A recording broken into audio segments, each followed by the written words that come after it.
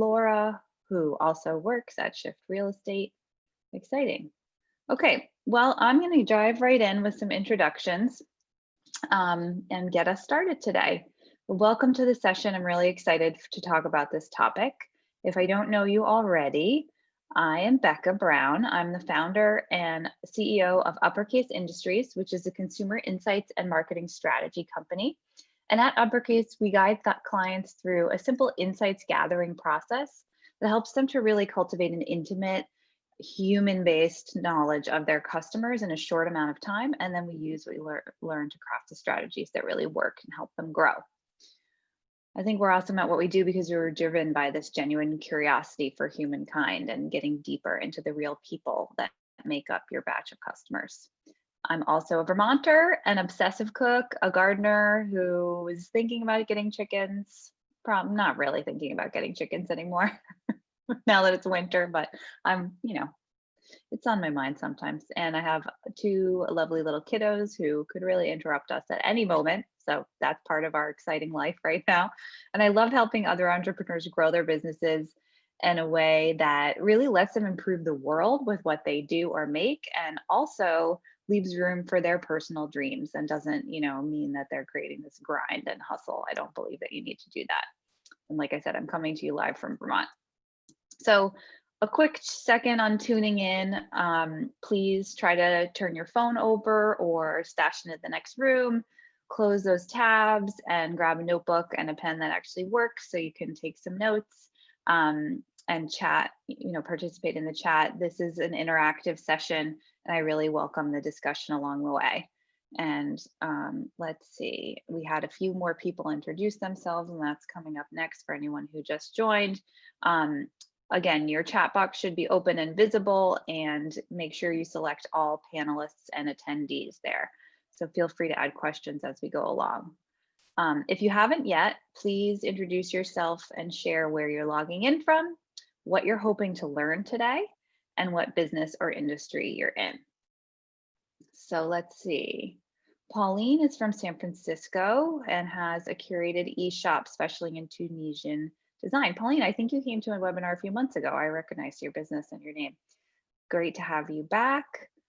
And let's see, we have Liza, who is in East Hampton. She's a communications consultant, Good Doobie Consulting. Awesome, nice to see you, Liza. It's been a while.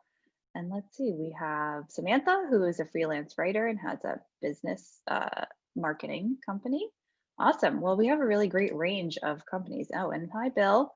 Run a business called Kipling Roll and helps people tap into the power of storytelling. Oh, I love that. And knowing who you're telling that story to is exactly what we're going to be talking about today. So, bit of an agenda. Today, we're going to cover why the heck you should bother getting curious about your customers and how it can really help your business right now. The method that we use at Uppercase to help you get there, and we'll end with a live Q&A, which is always really exciting and fun. And my hope is that you'll leave with a deeper understanding of how getting to know your customer can help your business grow and some know-how to turn what you learn into actionable business steps.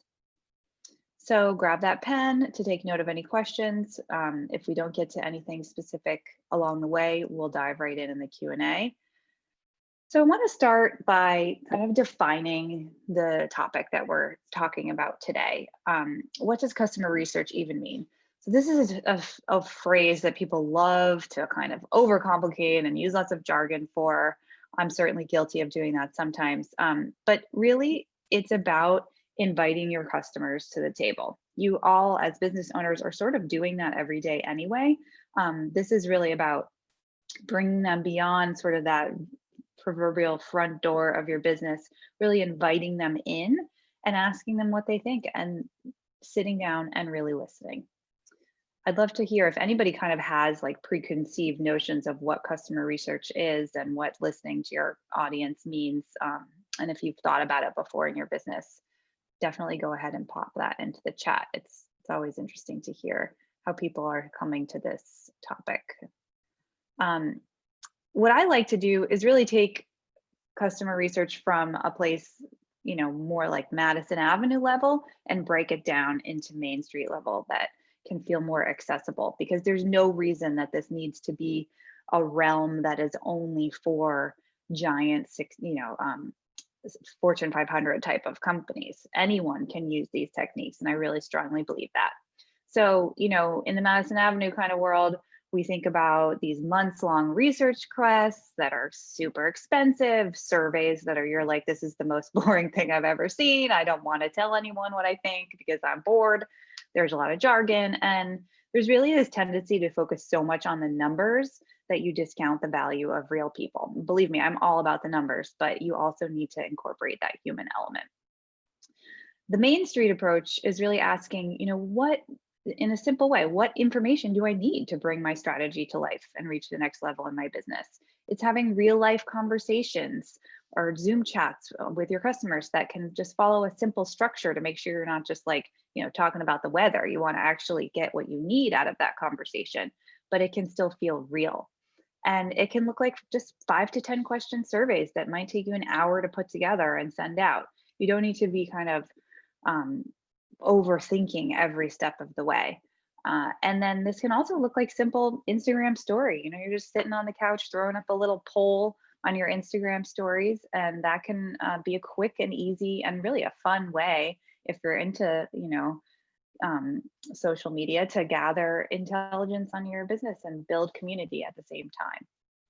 So the other big issue that comes up with research is the data side. People ask me all the time, when I'm talking to my customers, like, how do I know that this is legitimate information that I can actually use in my business? What if I talk to one person and they steer me in the wrong direction? And shouldn't I just be kind of looking at my Google Analytics? Won't that tell me everything I need to know?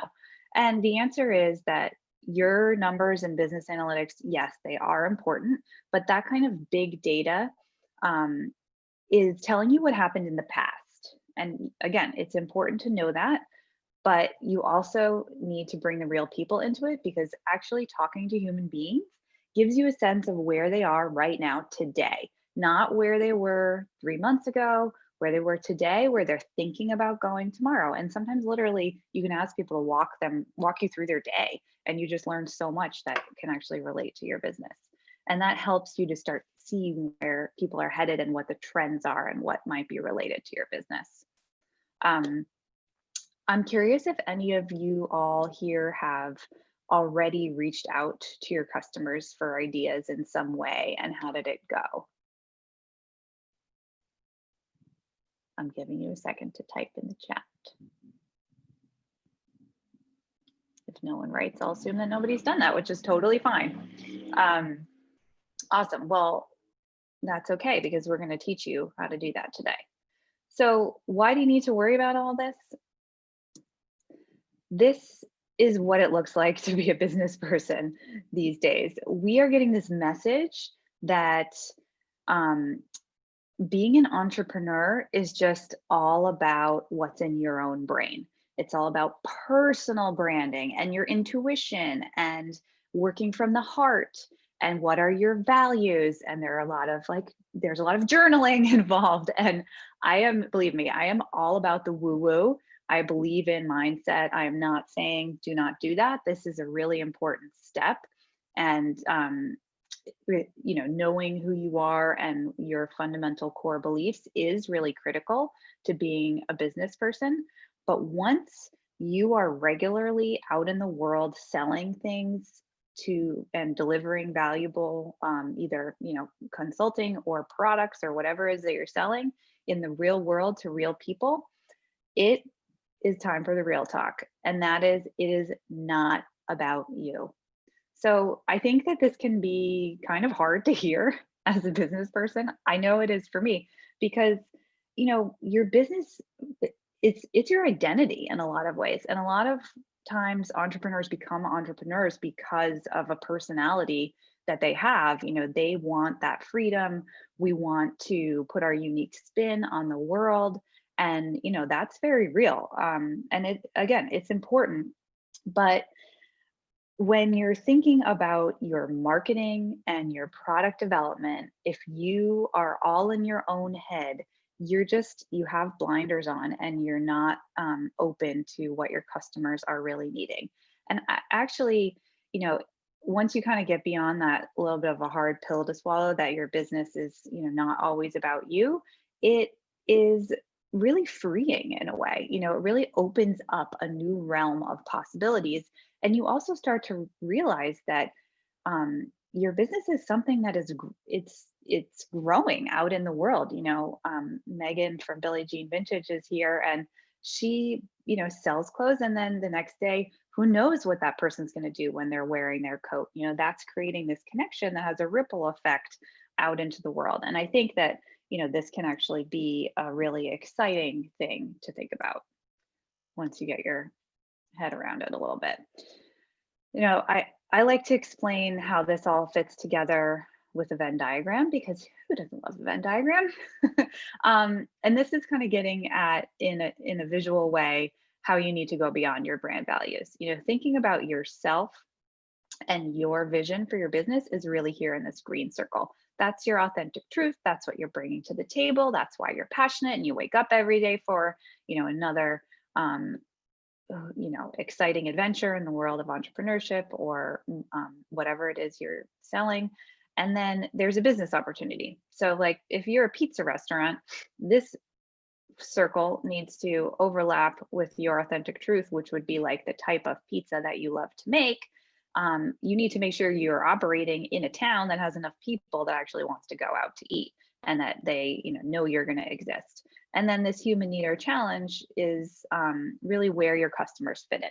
So your customers are like, they need to be hungry. If nobody's hungry, you're not selling any pizza. If everybody in your town is gluten intolerant, you better be selling gluten-free pizza.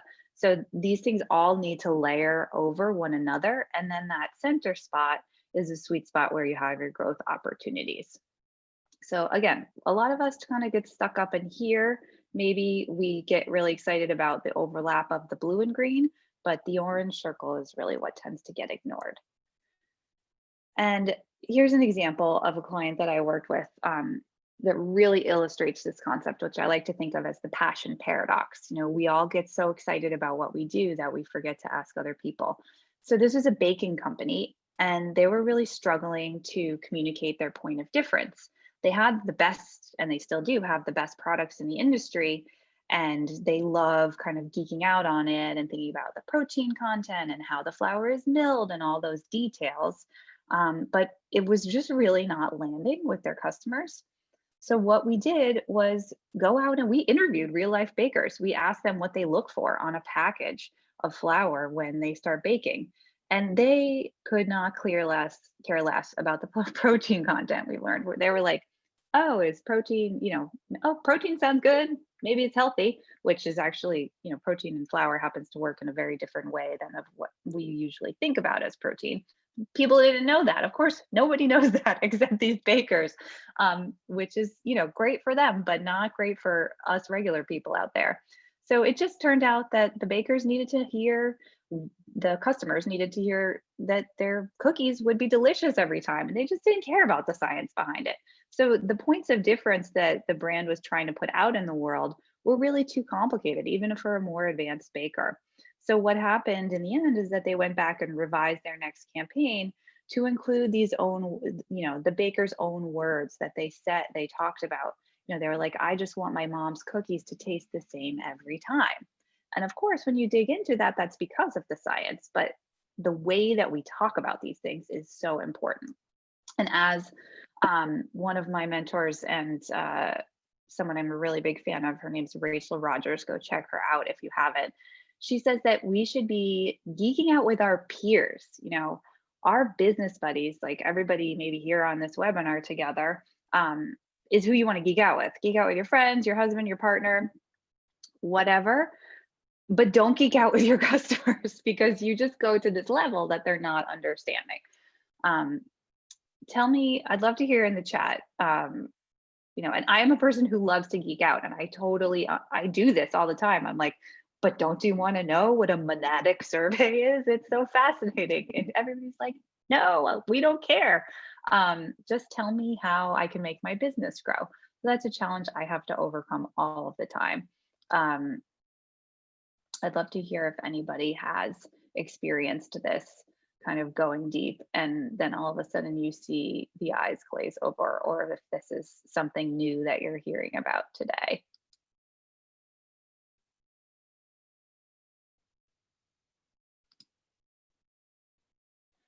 Okay, I'm gonna keep going. Awesome. Yeah, Samantha says, I've definitely been there. Oh, the solar industry. Yeah, that's a great example. And, I am fortunate enough to work with a lot of companies that are doing things that are in the sustainability and trying to save this planet that is burning into fire. And that is really common in anything having to do with sustainability and climate change. The need to geek out. I've done a lot of work in the organic food industry. We all tend to go really deep into the science because sometimes we just feel like we have to prove it so that people will believe it, when really what we need to do is prove what transformation they will experience, or we just need to sit and listen to them to figure that out. And Emily says ingredients and not geeking out in a way that's hard to relate to. So Emily is a chef, and she's talking about how she wants to go deep into the ingredients, and sometimes her customers are just like, I just want to sit down and eat this easy dinner that you're making for me. So yeah, those are great examples. Thanks, guys. So looking at how we can really dig in and how you might tackle this right now, I'm going to take you through the 3 steps that I like to use for this process, and we'll look at a real live example along the way. So the 3 steps are: first, you have to sit, and you do need to do a little bit of reflection on your own business and what's working. I'll dig into that in a second. The second step is get out there and discover, listen, take a look at what's going on in the world. And then step number 3 is you put those 2 things together and you start taking action. And this can be in a big or a small way. So in step number 1, what we want to do is reflect. And I'm using a great example here of a client I recently worked with called Nicely Noted. Check them out on Instagram. This is founded by Perry Nelson. She has an awesome company that sends you monthly subscription boxes. Well, I guess it's not technically a box, it's an envelope with cards in it. And so you have like this fresh supply of greeting cards. So when you go to that birthday party, or you have a friend who's having a hard time, you have a collection of cards to send. It's really fun. So what we want to do is dig into these 3 questions. Think about in your business, what do we naturally do well? Like, what is easy to sell? What is our biggest selling product? What do people ask us about a lot? All that kinds of things. And then, what do you think you should be selling more of? What product that you have is, super awesome? Like for Chef Emily, what is that delicious recipe that you have just discovered and you've nailed it, but people aren't buying it for some reason? There's those hidden gems that all of us have in our companies that we're just not really sure why. Those are often really good places to start asking questions. And who do I think my customers are? As you go through your business day to day, you're probably somewhere in there forming a hypothesis of who your customers might be. Are they men, women, or affluent, non-affluent? Are they people who are thinking about, again, I'm going to stick with Chef Emily here because that's a fun area to think about. So are they people who are vegetarians? Are they, wanting to cook a dinner from scratch sometimes and just have a meal in the freezer every once in a while? There's all these different ways that people go about eating and feeding their family. It's important to come up with a hypothesis of who you think the people are. Again, we're going to test that hypothesis because usually we're really close and then off in one really key area. And that's why we do surveys and learn about our customers. But we got to start somewhere, right? Let's see. Martha is saying, I think I sometimes geek out with my customers because I think it shows I'm knowledgeable, but that's just my ego. Oops. Yeah, our ego is huge here. And, again, there is a place for that. Like, I feel the same way. It's important to demonstrate that you've done this shit before and you have some experience and you love it. And sometimes it can be nice for people to hear that a little bit and say, oh, well, I'm going to let Martha worry about these details because that sounds overwhelming and I don't want to do it. But it's just we can't do it all the time, because again, they don't necessarily want to come down that path with us. They're trying to hire us to so that they don't have to think about that stuff at all. So that's a really good call out. So in the nicely noted example, when we sat down to do this work, we said, okay, well, we think we sell beautifully made cards. They're letterpress, they're highly, high design. And that was a really important piece of the brand. And it was also important to Perry why she started the business. What do we think we should be selling more of? So she also sells individual note cards in addition to the boxes that go out every month. But she's really was not selling a lot of them. So she was wondering why. And then who do we think the customers are? We really thought they were design junkies and nerds, all about design. What we found out was really interesting. So that we got to work and did step 2, which is discover. We went and talked to the people. So we emailed them a survey. She played around a little bit with her Instagram and had some live conversations. And what we broke that down into specific questions. So we asked people things like, why do they send cards? What challenges about writing cards are you having right now? We didn't know if maybe they're just so busy, they don't have the time, or if it's hard to find something that they like, or whatever could be holding them back from actually doing the thing that makes them use our product more in the world. And we asked them what they would like to see from Nicely Noted, and lots more questions. I'm not sharing everything here, obviously. What we learned was so interesting.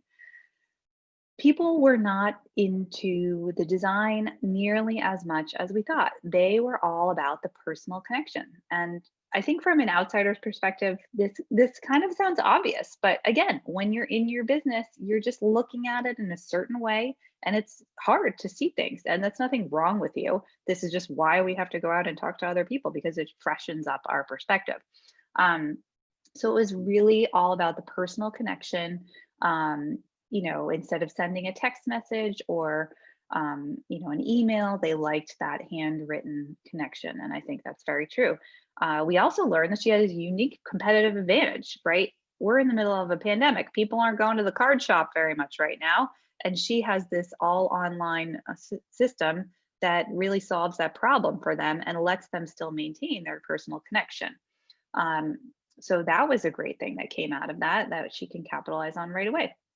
And we also learned that her shop selling the individual cards was really hidden and people didn't know it was there. In fact, we asked about the shop and mostly people said, what do you mean? I thought you just had subscriptions. So sometimes what you learn is that thing that you're excited about, maybe you're just thinking about it a lot, but you're not actually getting out there and talking about it and asking for the sale, because you just sort of figure like, oh, well, it's so cool. People maybe should just find that on their own.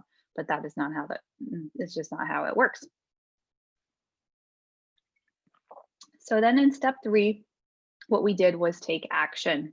So there were a lot of things that she could have done with what we learned, but we focused in on just a few for now.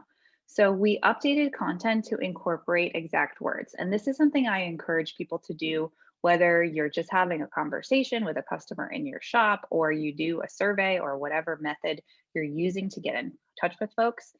Use the words that they say. Like for Perry, this phrase personal connection came up over and over again, hundreds of survey responses as people are using the same word. So, let's play around with putting that right on the homepage of your website. If people are saying something, speaking to them in their language is important. You don't always want to do that. I think a lot of us, I always think of the Steve Jobs example, and I think that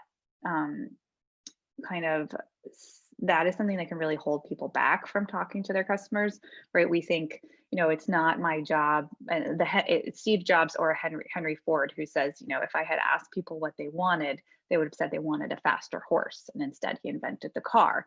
So sometimes you do need to put your own brilliant spin on things, and that is our job as entrepreneurs, is to come up with the new thing based on what we know. But what that doesn't mean is that we should just like sit in a corner in a silo and think of everything on our own. Those great ideas come from observing and listening to the world.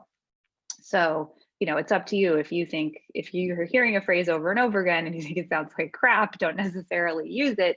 but take what you can from that and put your own spin on it. So we also did really simple things like adding an automation to her email sequence that promoted the shop and just shifting the message overall and a lot more. She's still working on that, so I'm excited to see what she does for her holiday campaign. So this really worked so well. Another fun thing I wanted to make sure to call out for you all is that when she sent the survey out, she actually generated about $1,000 in extra sales that week. And this is something I see over and over again. It's not just the insights that you get from reaching out to customers. When you take the time to do that and be proactive about it, people who weren't thinking about you all of a sudden are thinking about you. And what better time to ask somebody for a sale than right after they just spent 5 minutes on a survey thinking all about your business and how much they love it. So this works really well. A lot of times what we'll do is set up a survey and include as a little incentive for people to take the survey, like a $5 or a $10, depends on your business model, some sort of discount or promotion or special thing that they get to have along with the survey. And then because they have that right in their hand and they just spent 5 minutes thinking about you, they go on and shop. And so, this is kind of it's an indirect way to generate sales, which was exciting to see in her situation.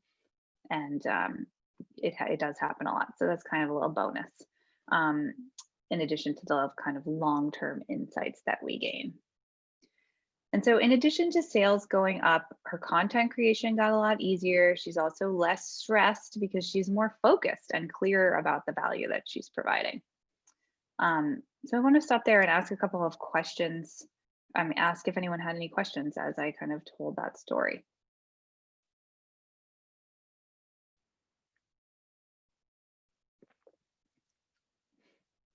Awesome.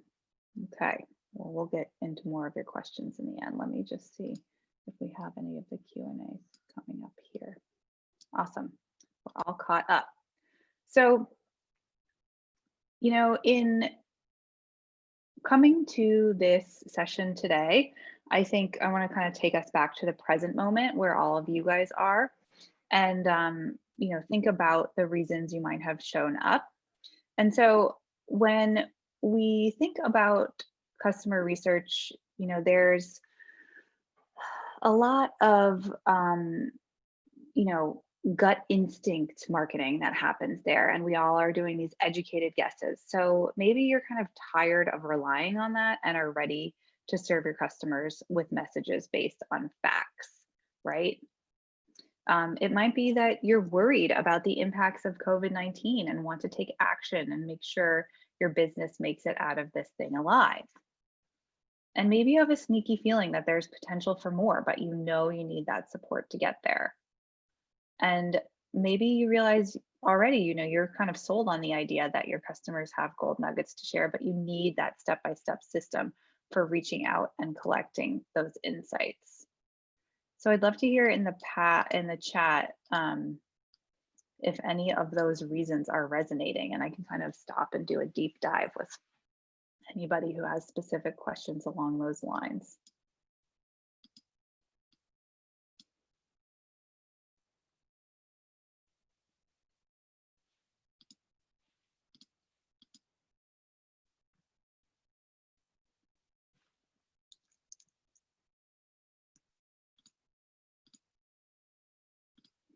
All right, great. No questions so far.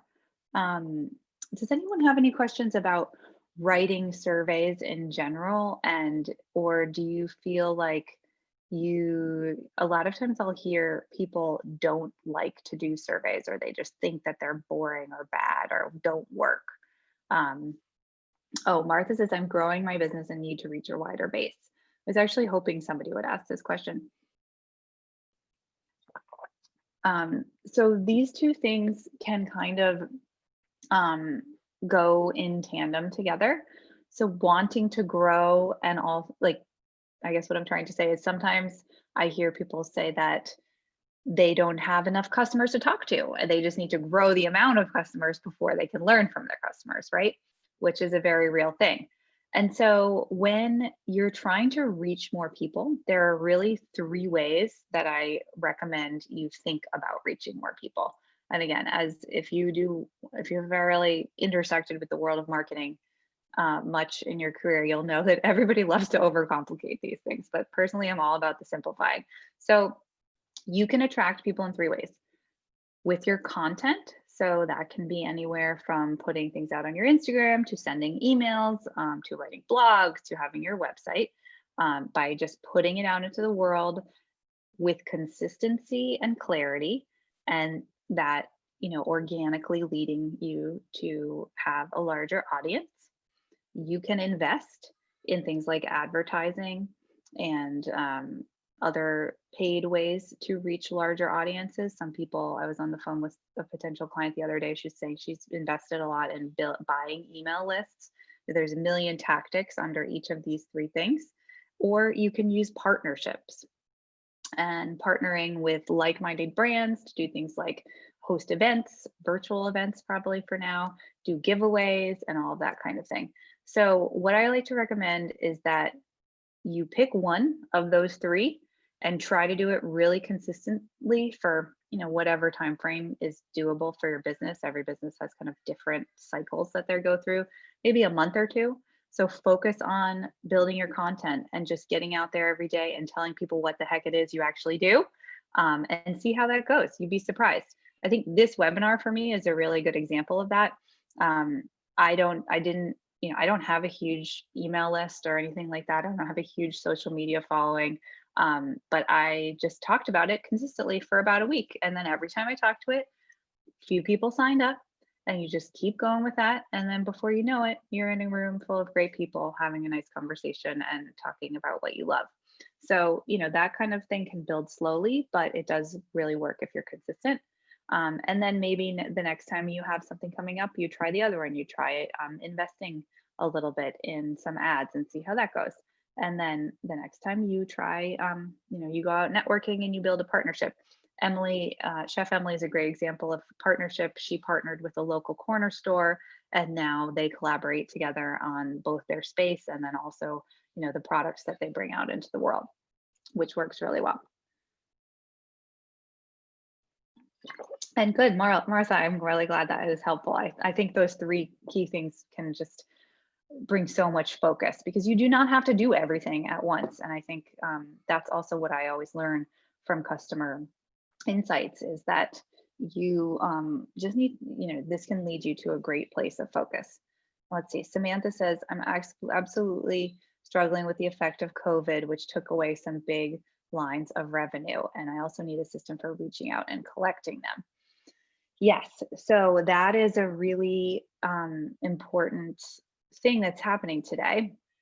And what I have been using this type of work to do with my clients over about this past 6 months is to really dive into what the customer's life is like right now. So things have changed for your customers. It's important to know what those changes really are and how, your Venn diagram, Samantha, is looking very different. And with the places that things are overlapping has changed a lot in the last 6 months, but they are absolutely there. There's absolutely opportunity. It just looks different. So you kind of need to go through that process of saying, what's changed for my people? What do I do well? And then where are those areas of intersection? And how can I pivot and start selling that new thing that people will need right now? And so let's see, we have some more great questions. Emily's nervous that open-ended questions will be stressful. I'm guessing you mean open-ended questions will be stressful for people to answer, or maybe that they'll just like throw in some one-word answer and kind of move on with their day. That's absolutely a risk if you don't write your survey the right way. One technique I love to do is always ask. So I really limit the number of open-ended questions that I ask, for a few reasons, both because if you put too many things in your survey that are open-ended, it is overwhelming for people. And then it's a nightmare to analyze on the other side. Like, you want to be able to kind of skim through the results and get a pretty quick read on things. So I try to limit it to just maybe somewhere between 1 to 3 questions that are open-ended. And then I ask people, what challenge are you facing? So for Emily, you would maybe ask, what challenge are you facing when it comes to putting dinner on the table for your family every night right now? So that does a few things. It really gets them thinking about their day-to-day life and what's behind everything. And then they'll tell you. So for putting dinner on the table, it could be grocery shopping is too hard to do. It could be I don't have time. It could be I hate cooking. Your audience will have a unique answer. It might be something you have not thought of, which is often what happens when you answer that open-ended question. But by doing that, I think that solves your worry, Emily, of being a stressful question. Because if you ask a specific enough question for your audience, they're going to have an answer right away. It should provoke like an immediate thought for them, and then they just write that real quick and move on. Megan says, I'm nervous to do a survey. I have a hard time coming up with questions that I think will help me learn more about my business and customers. This is awesome. I love this question. So I am going to go into my methodology a little bit more deeply in a second, but real quick, I'll just share the general format that I like to use for researching with people, which is, again, I'm very into threes, I guess, for today. I didn't really notice that before. So I format all the surveys that I do. I mean, usually, again, of course, there are situations where you want to customize for certain reasons, or maybe if you're doing surveys over and over again, you might mix this up. But generally, if you never did a survey before, if it's been a while, you want to start out with first. So it's sort of like a kind of like an upside down triangle. This is a terrible upside down triangle. So at the top, you're asking all about them. It's all about your customer. So you ask those demographic questions, and you do definitely want to make sure that you're wording your demographic questions in an inclusive way. So things like, gender, you want to include a non-binary, you want to include an option to not answer. You want to think about, same thing with things like income.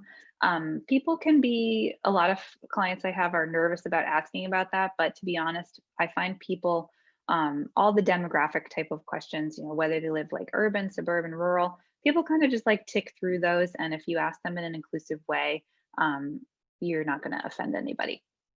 So you want to think all about them and their day-to-day life. So we do go a little bit deeper than just the demographics. Megan, for you, it might be something about,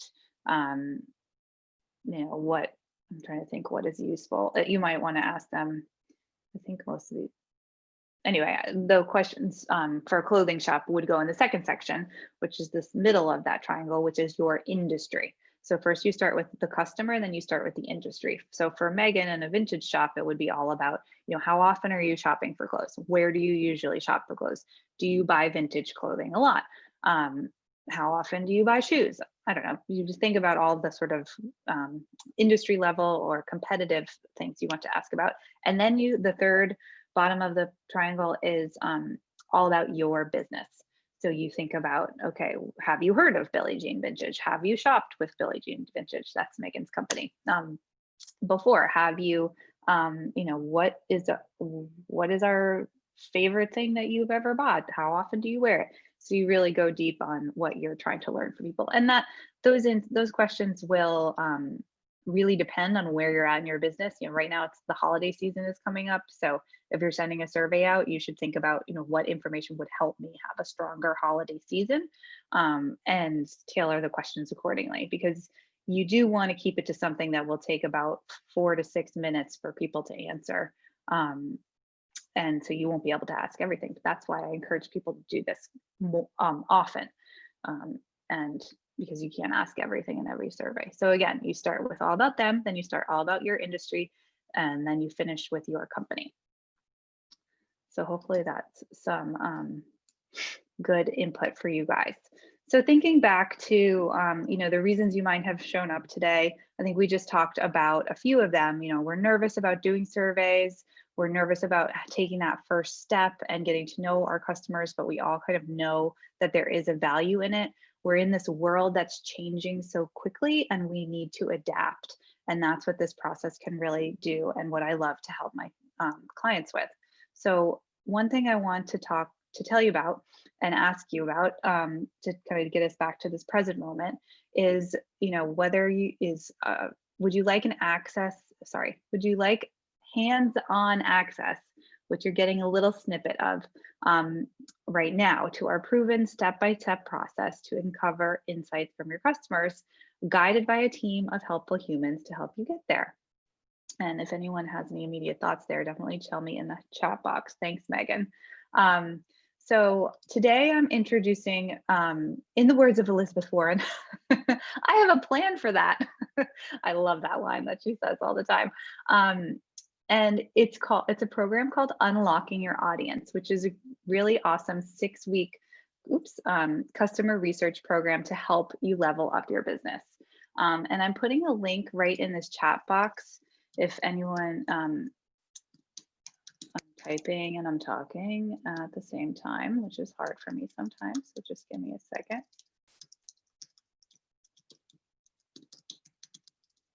I'm putting this link in the chat box for the landing page that will tell you all the details about this program. And there's a button to book a discovery call with me, which is a great one-on-one opportunity to talk through your specific business and how this work could apply for you. And that's right there on that landing page. So it's a 6-week marketing research program that's really designed to help you level up your business. And like we saw with Perry, you'll have tangible, actionable insights after each of the 5 steps in the program. And this is Megan from Billie Jean again. We ran through this process together, and she said it helps to make finding those new growth opportunities really fun and exciting and easy. And the way we do this in unlocking helps take something like research from like this world that's up here that feels scary and hard to bite-sized steps that you implement quickly. Kind of, we have a call. Within a week of that call, you're doing new things, you're testing new work with your audience, and you're getting the sales and the results rolling in. It's really fun and exciting. This is Emily, who has an awesome meal planning app called Real Plans, and they help make a whole meal. You put in like, I don't like mushrooms and I want to eat chicken every week on Wednesday, and then they develop a custom meal plan for you. We helped dive into their audience, and what we learned was so fascinating. Emily and her co-founder Anthony thought they were developing an app that was for people with dietary restrictions like allergies and food insensitivities. And it turned out they were serving thousands of people who just wanted to be healthier by following the paleo diet.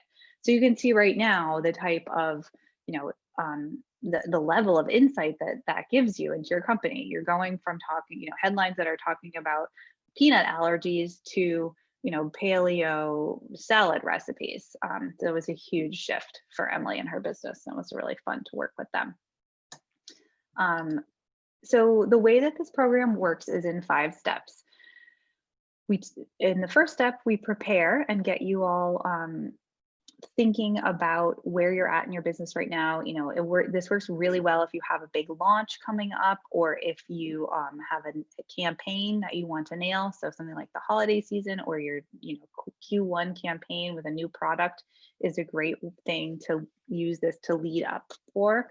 Another client that had a really great result last year around this time was a beauty brand, and they used this process to get them ready for kind of that Black Friday, Cyber Monday phase of the year. And they, by far, after they did this, had their best month that they ever had in their 2-year history of their business. So that was really exciting.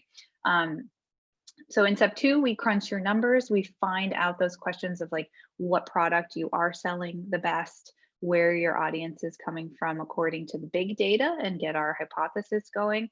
Then we go out and talk to your humans. We write a survey for you and help you field it. Oh my gosh, Claire, that's so funny. I'm looking at the chat. She joined Real Plans and really enjoy it. I'm so glad to hear that. Yay. See, the chat box is a great way to network and find out about new companies, I think. That's one of my favorite parts of webinars and bringing people together. Awesome. So Anyway, where was I? Step 3, we're talking to the humans. We write a survey for you. We field it out to your people. Then we use that data to hunt for insights and figure out what you need to know, what we've learned about your customers that's going to help grow business, and what is surprising and where some shifts need to happen. And then we craft all of that into a custom marketing plan that takes you through, whatever timeline you're looking for. It could be really specific to the next 3 months, or if you say I want to plan for the whole rest of the year, we'll do that. And this is the exact system I've used for over a decade to help bring clients clarity, efficiency, and definitely financial growth. We are all about those dollars.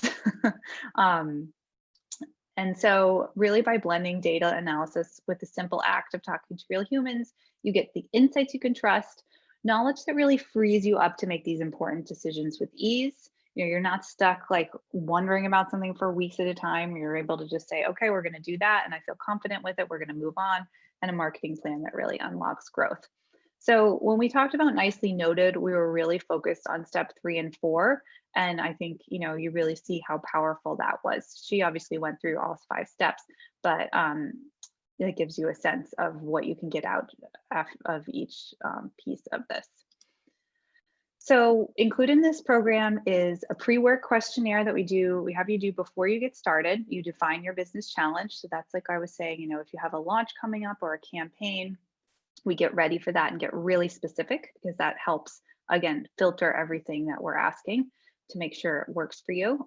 We do 3 60-minute video calls for each of those 3 phases I talked about before. That's the reflect, discover, and take action phases. We do a business assessment and a report on your existing data to help give us a baseline of where your company's at. We design a custom survey that helps draw out those insights and new ideas from your customers. And this is actually new to the program. In the past, we used to give suggestions for the survey and then have you guys fill it in. But it turns out that this is like Martha's example in the real estate world. Nobody wants to do a survey all on their own. That's what I learned from being geeky and trying to get my people to come along with me. They just want me to do it for them. So this is new to the program, and I think that's really exciting. It'll be a smoother process for everybody. You just don't have to worry about it. We load it up, we write it. Of course, you look at it, we have a lot of discussion about it, and then we field it for you to your audience. And we also work together to figure out what your audience actually is and how many people we expect to write back to the survey. I will say here that some people worry they don't have a large enough audience to do a survey. I have literally done surveys with 20 people, especially if you have a smaller business model, like for example, more of a B2B model where you have clients instead of customers. There are a few key differences that we use in the survey, but it's really validating even if you have a smaller audience. So don't get caught up on that. We analyze the survey and find the business steps that we need to take based on what we learned. We create an insights report for you so that you can kind of take that along in your business and keep looking at it. And then we create a strategy and action plan. These are basically boils down to the 3 things that you need to focus on for the next quarter or 2 to get that growth in your business. So this process is so powerful and so awesome. I just want you to kind of take a minute to imagine how it would be to go from really basing your marketing strategy on guesses to a plan that's based on facts, and feeling overwhelmed by all of the types of people that you think you need to serve, to figuring out who the right ones are and being okay with deterring others.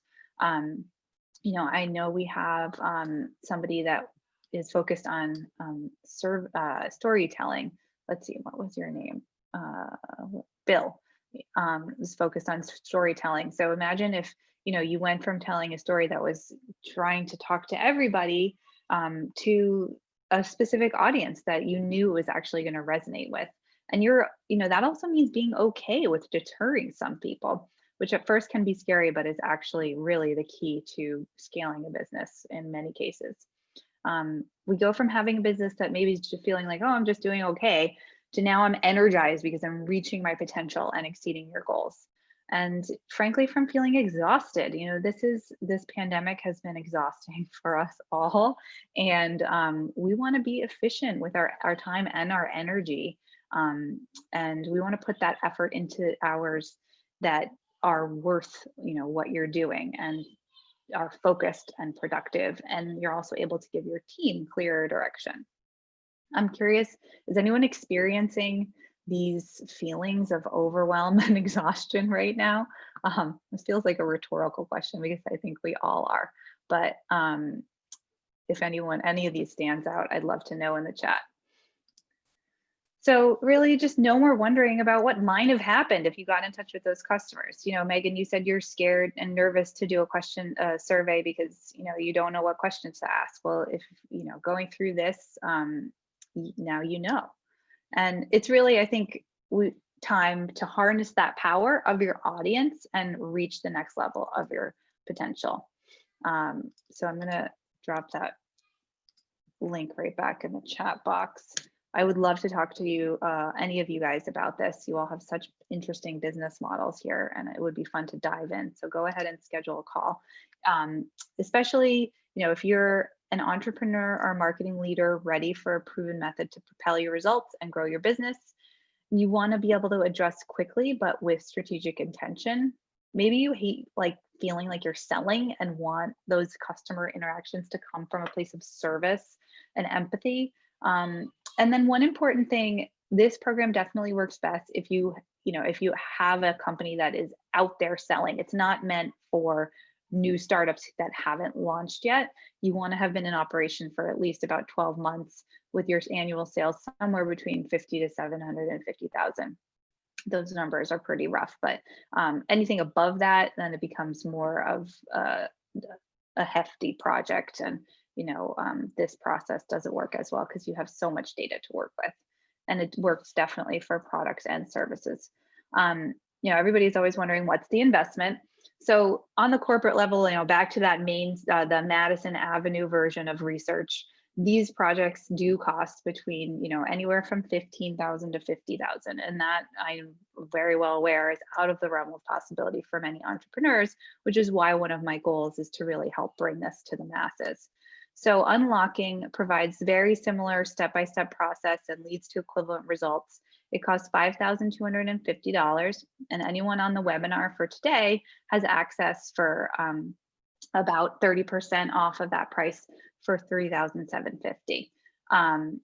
And you can, oops, I forgot to update that date. This offer expires on Tuesday. It's not May anymore, sadly. And you can start for just $829 a month with our payment plan. So you do save about $500 when you pay in full, and there's also a really great pay in full bonus that I'll be emailing about later today. But if $800 a month is more accessible, you have that option to do the payment plan. And here's Perry again, thinking about ROI for a minute. Typically with my clients, I see them paying for the program within a month of finishing it. A lot of times they'll have already made money in between each meeting, and I get to come back and hear those great results of like, oh my gosh, I did this and it worked and it was so exciting. And those are my favorite things to hear. Perry was a great example with Nicely Noted. Before we wrapped our last session, Unlocking had nearly paid for itself. And she felt like the insights we found really helped her move forward and refine how she markets and runs her funnel. So again, this is a little summary of everything that is in the program. It's also right on that landing page that you'll see if you click the link. And once you click the link, you'll see this landing page, and this is this big box that you can use to book a discovery call. Again, you definitely want to do that before Tuesday. And I also do have limited spots in this round of enrollment that I'm doing right now. I only have 5 available. And so you definitely want to do that and grab one of those spots if you're interested. Then it's an easy payment selection. And then you get an email from me to book your first call, and we can get started as soon as you're ready. So if you're sick of trial and error and getting stuck in internet rabbit holes, using tons of your own time and want somebody to kind of help you skip from point A to point B, um, to take it. So I just encourage you to take advantage of me and my team and our proven system. I'm really excited to see some of you guys there and get into those discovery calls.